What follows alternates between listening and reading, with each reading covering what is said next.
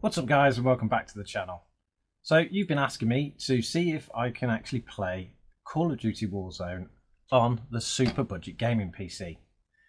Now, before we get started trying to install it and play it, we kind of ran into a problem.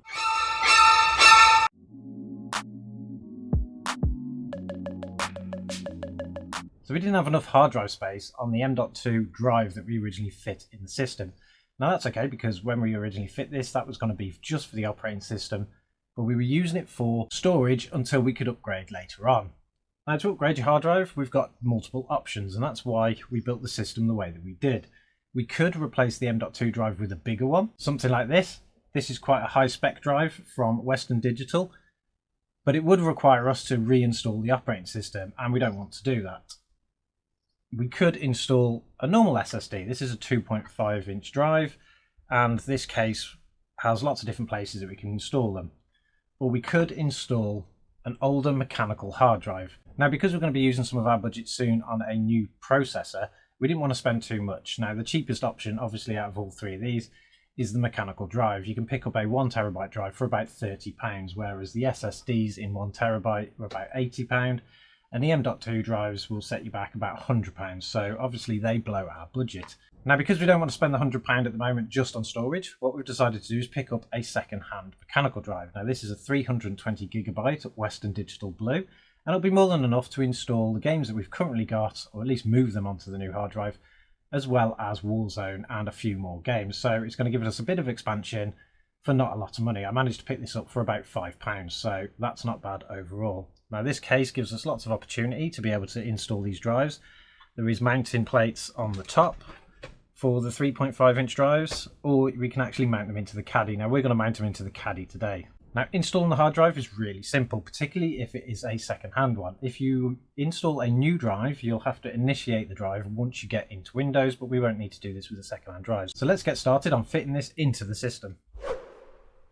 Now, to install a new hard drive, you'll need to make sure that you've got the original bag of screws and attachments that came with the case, so that's why you always keep them.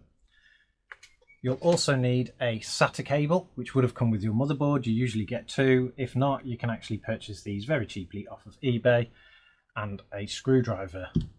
Now, to do this, we're going to obviously have to move these cables now, because we can't put them in the caddy if the hard drive's in there. But first we need to remove the back panel. Once we've removed the back panel, we can flip the machine on its side and start unscrewing the base. Now, the bases on these actually have two screws at the front which hold the caddy in place, and two screws at the back which are actually fitted to little rubber mounts, so we don't need to take them all the way out.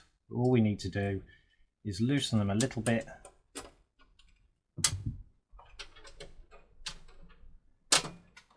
and slide the tray down. Now, that should just lift straight out like that. Now, to install the new drive, all we do is we simply slide it into place, and across the bottom there's some holes to be able to screw it in. So we'll line up the holes, we'll get our bag of screws,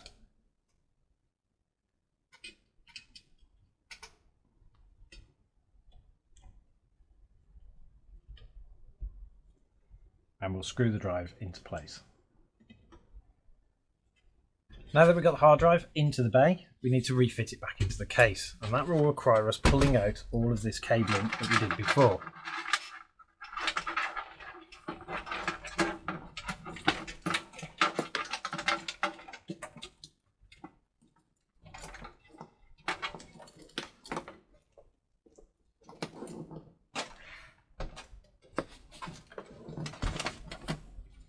Installing the caddy back into the system.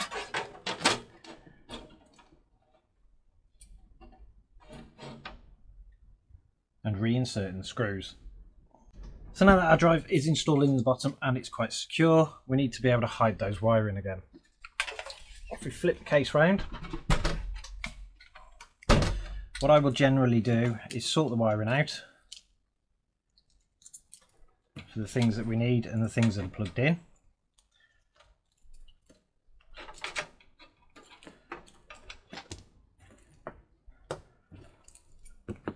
Now this time we do need to leave one of the SATA cables out because that will need to be used to power the drive. So we'll leave one of those out of the bundle. And then we'll wrap up the existing cables into a nice tight bundle.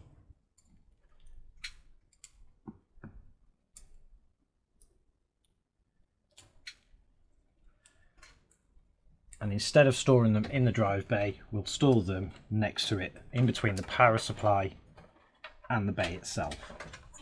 Now the hard drives themselves will need powering, and obviously we've got a SATA out for that, and we'll also need to install our SATA cable.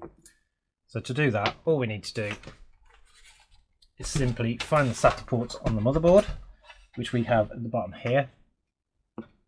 Plug it in to one of the SATA ports. Draw the cable out through the back in a nice tidy way. What I'll do is I'll run it down through by these cables, and that way it can be tidied up and cable tied off with the rest of them, so it's still nice and tidy. Now we've got the cables out the back, we just need to run them to the drive.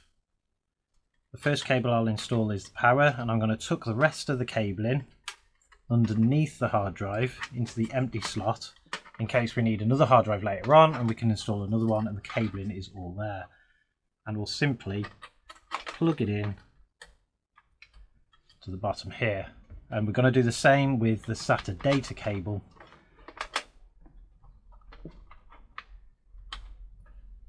By tucking it underneath the drive, flipping the cable around and plugging it in like that. Now that it's all wired up, we can actually start to put the back on and install Call of Duty Warzone.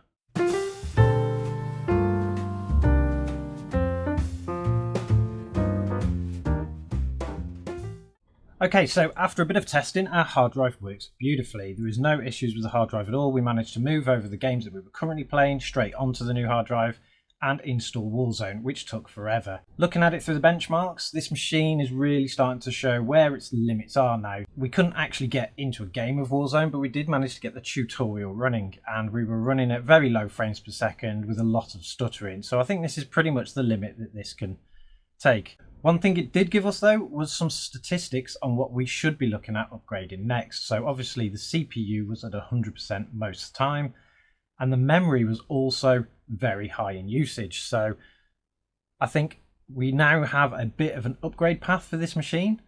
We're going to start with the CPU and we're going to then start looking at memory. Now make sure you subscribe to the channel if you want to see those videos, because we're going to be upgrading this very soon. We've got a new CPU coming that will hopefully resolve this, and we'll do some more benchmarking with a few other games as well as Warzone, and we'll see what it can actually do. But apart from that, the system on a lot of the older games and a lot of the more lower end spec competitive games is doing really well, and for the money that we've paid so far, it's not a bad machine at all. Make sure you drop this video a like if you like this video, and I'll see you again soon.